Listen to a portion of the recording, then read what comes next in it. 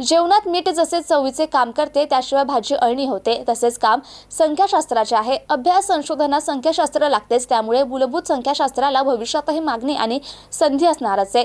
त्यासाठी विद्यार्थी संशोधकांनी तयार व्हावे, असे संख्याशास्त्र विभागाचे माजी विभाग प्रमुख डॉक्टर विष्णू बजाज म्हणालेत. डॉक्टर बाबासाहेब आंबेडकर मराठवाडा विद्यापीठातील संख्याशास्त्र विभागात पीएम उषा अंतर्गत advance statistical data analysis using software या 6 दिवसीय कार्यशाळेचा समारोप प्रसंगी ते बोलत होते.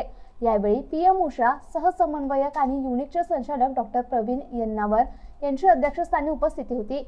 व्यासपीठावर डॉक्टर सुनील कावळे, डॉक्टर ओमप्रकाश जाधव, प्राध्यापक डॉक्टर सी.डी. सोनार, प्राध्यापक डॉक्टर ए.वाय. तायडे यांची प्रमुख उपस्थिती होती. अध्यक्षीय समारोपात डॉक्टर येन्नावर म्हणाले, पीएम उषा अंतर्गत 8,000 विद्यार्थ्यांमध्ये कौशल्य विकास केला जातोय.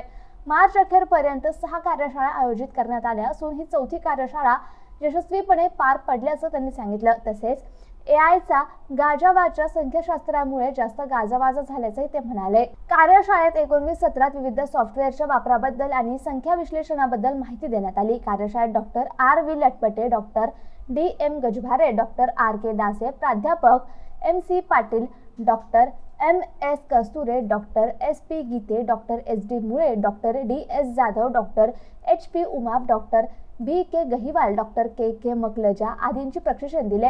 प्रास्ताविक कार्यशाळेचे संयोजन डॉक्टर ओमप्रकाश जाधव यांनी केले. सूत्रसंचालन डॉक्टर छाया सोनार यांनी केले.